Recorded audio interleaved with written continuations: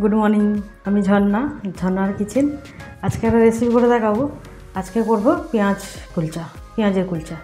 কীভাবে বানাই দেখতে থাকুন, শুরু থেকে শেষ পর্যন্ত ভিডিওটা দেখতে থাকুন।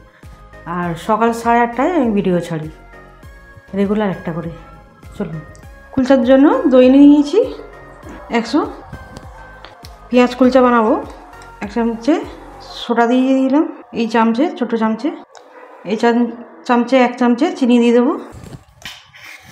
নুন দেবো পরিমাণ মতো,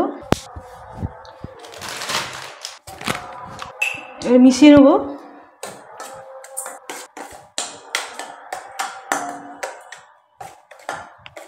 মেশানো হয়ে গেছে।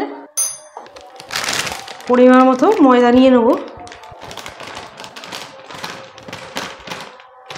এখানে 2 বাটির মতো ময়দা দিয়ে দিলাম। ছোটো বাটি 2 বাটি ময়দা দিয়ে দিলাম। মেখে নেবো। এখন জল দেবো না, আগে মেখে নেবো। যদি জল লাগে তখন দেবো। অল্প জল দেবো, ভালো করে মেখে নেবো। বেশি জল লাগেনি, অল্প জল দিয়েছি একদম।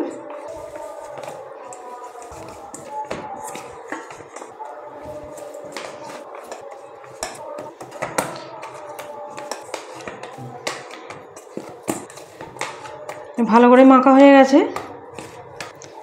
ঢাকা দিয়ে রেখে দেবো 3 মিনিটের জন্য।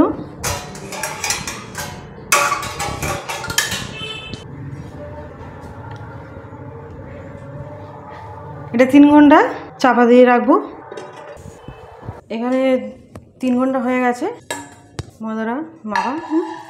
আর এবার ভালো করে মেখে নেবো। এখানে পেঁয়াজটা চপ করে নিয়েছি একদম। এটা দিয়ে ভালো চপিংটা বেশ ভালো হয়।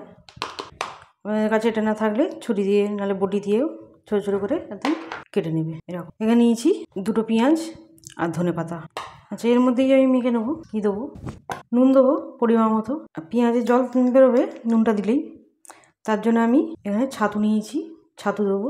ছাতুটাকে ভাজা আছে, আপনারা করলে ভেজে দেবে। 2 চামচে ছাতু, যাতে পেঁয়াজের জলটা টেনে নেয়। পেঁয়াজের জলটা ফেললে ভালো লাগে না, ওর রসটা চলে গেলে টেস্ট হয় না। তার জন্য ছাতুটা দিচ্ছি, ব্যবহার করলাম। এখানে নেবো চিলি ফ্লেক্স 1/2 চামচে।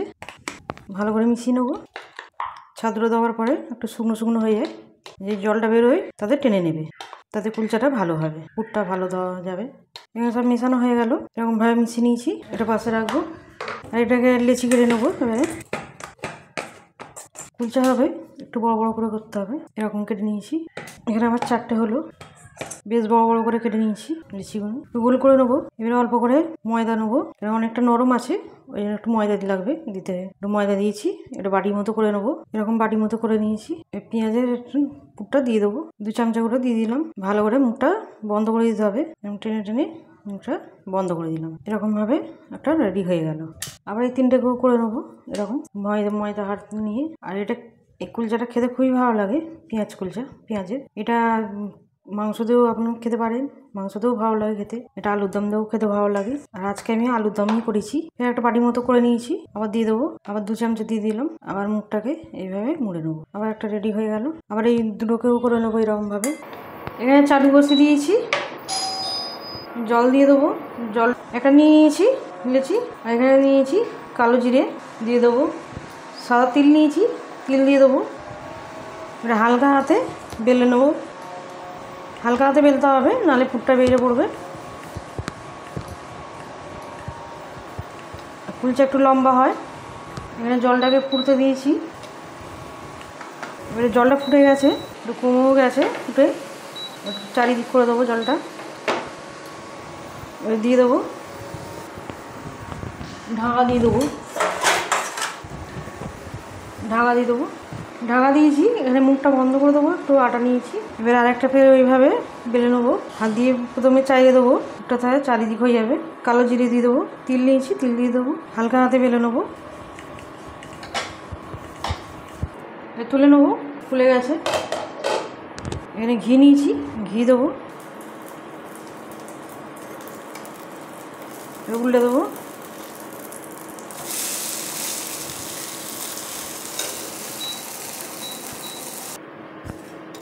এটা হয়ে গেল, তুলে তুলে নেবো।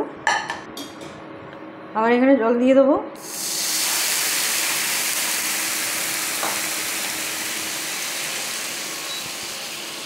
জলটাকে চারিদিক করে দেবো।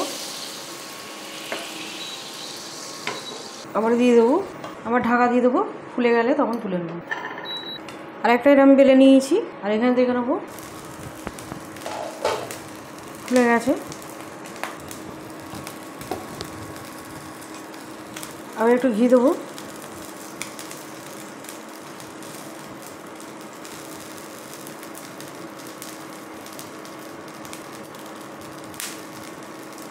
আবার উল্টে দেবো।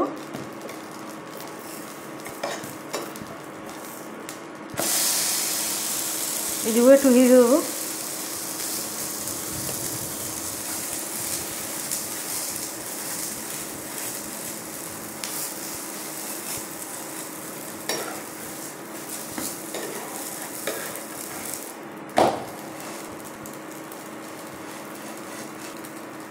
একটু ঘি দিয়েছি, একটু ভেজে নেবো।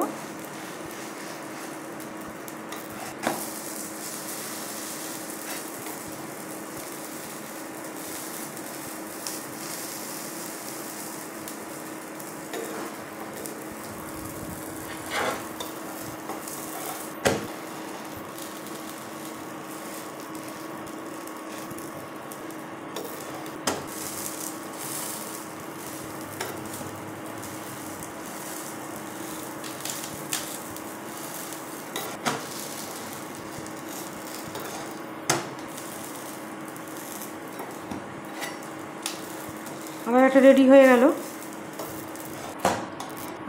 আবার জল দিয়ে দেবো।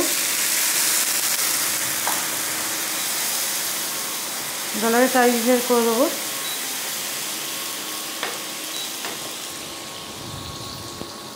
জলটা ফুটে গেছে, আবার দিয়ে দেবো।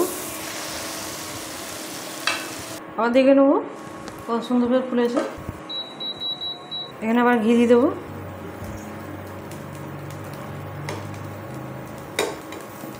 আবার উল্টে দেবো।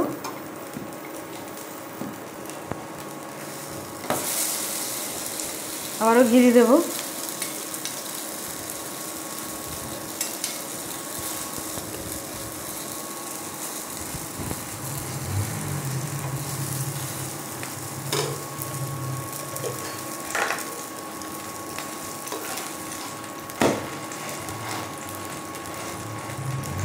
ভালো করে ফের ভেজে নেবো। ঘিটা দিয়েছি।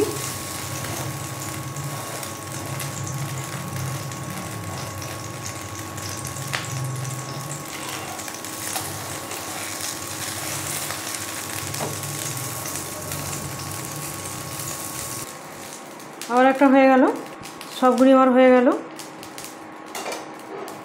কুলচা রেডি হয়ে গেল। আর দিয়েছি এখানে আলুর দম, পেঁয়াজের কুলচা একদম রেডি। আমার রেসিপি ভালো লাগলে বন্ধুদের সাথে শেয়ার করবে, লাইক করবে আর সাবস্ক্রাইব করবে।